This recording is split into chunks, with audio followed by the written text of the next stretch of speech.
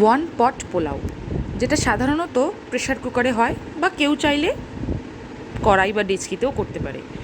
এই একটা ওয়ান পট পোলাও আমার যে কী ভালো লাগে কি বলবো। কোনো সময় পনির বা চিকেন বা চিংড়ি দিয়েও আমি এই ওয়ান পট পোলাও রান্না করেছি। দেখতেই পাচ্ছ, একটা প্রেশার কুকারের মধ্যে সব রকম মশলা দিয়ে পেঁয়াজ, লঙ্কা, টমেটো, আলু, যা সবজি যেটা হাতের কাছে থাকবে সেটা দিয়ে, আমি একটু বাদামও দিয়েছিলাম, পনির ছিল আমার কাছে তাই এইবারে পনির দিয়েছিলাম, চিকেন, চিংড়ি যেটা দিয়ে হোক। আর সব থেকে বড় কথা হলো, এর জন্য আলাদা করে কোনো স্পেসিফিক্যালি চাল লাগে না। মানে চাল লাগে না বলতে গেলে, যে নর্মাল ভাতের চাল সেটা দিয়েই রান্না করে নেওয়া যায়। গোবিন্দভোগ চাল বা দেরাদুন রাইস এরকম কোনো লাগে না। আমি সেই চাল দিয়েই বেশিরভাগই রান্না করি।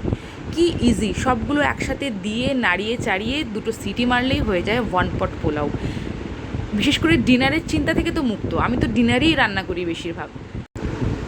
আর ভেতরে এত জিনিস দেওয়া থাকে, তার মধ্যে আলাদা করে কোনো সাইড ডিশ লাগে না। কিন্তু আমি যেদিনকে রান্না করেছিলাম সেদিনকে দুটো ফিশ ফিঙ্গার ছিল, আমি সেটাই ভেজে নিয়েছিলাম, তাই জন্য ফিশ ফিঙ্গার দিয়ে খেয়েছিলাম, আরও ভালো লেগেছিলো। নাহলে অমলেট বা পাঁপড় ভাজা তো আছেই, বা শুধুও খেয়ে নেওয়া যায়।